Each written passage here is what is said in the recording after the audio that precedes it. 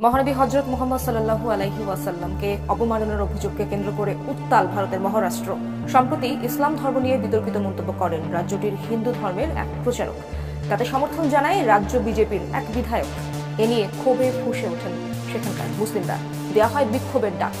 প্রতিবাদে মুম্বাই অভিমুখে long March করছে হাজার হাজার মুসলিম।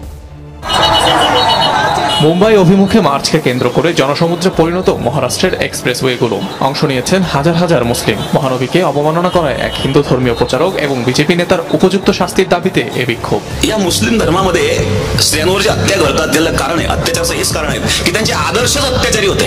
ঘটনা শুরু হয় চলতি মাসের প্রথম দিকে। মহারাষ্ট্রের এক ধর্মীয় সভায় মহানবী এবং ইসলাম ধর্ম নিয়ে কটূক্তি করেন বিতর্কিত ধর্মীয় প্রচারক রামগিরি মহারাজ, যাতে সমর্থন দেন রাজ্যেরই বিজেপি বিধায়ক নীতেশ রানা। শুধু তাই নয়, মসজিদে ঢুকে মুসলিমদের উপর হামলা চালানোর হুমকিও দেন কট্টর হিন্দুত্ববাদী এই নেতা। हमारे रामगिरी महाराज के खिलाफ अगर कुछ भी मस्जिद तुम लोगों ने किसने भी की तो तुम्हारे मस्जिदों के अंदर आके चुन चुन के मारेंगे, इतना ध्यान में रखो। নীতেশের এমন মন্তব্যে তোলপাড় সৃষ্টি হয় গোটা রাজ্যে। ধর্মীয় অবমাননা এবং রাজ্যের শান্তিভঙ্গের অভিযোগে দায়ের করা হয় একাধিক মামলা। এদিকে বিজেপি নেতার বক্তব্যের জেরে মুম্বাই অভিমুখে মার্চের ডাক দেন এআইএমআইএম নেতা ইমতিয়াজ জলিল। অভিযুক্ত দুজনকে গ্রেফতারের দাবি জানান তিনি।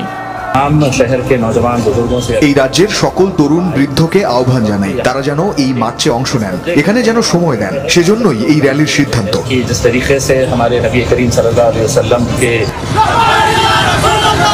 সোমবার সকালে মহারাষ্ট্রের আরঙ্গাবাদ থেকে শুরু হয় মুম্বাই অভিমুখে এ যাত্রা। অনিক রহমান, যমুনা নিউজ।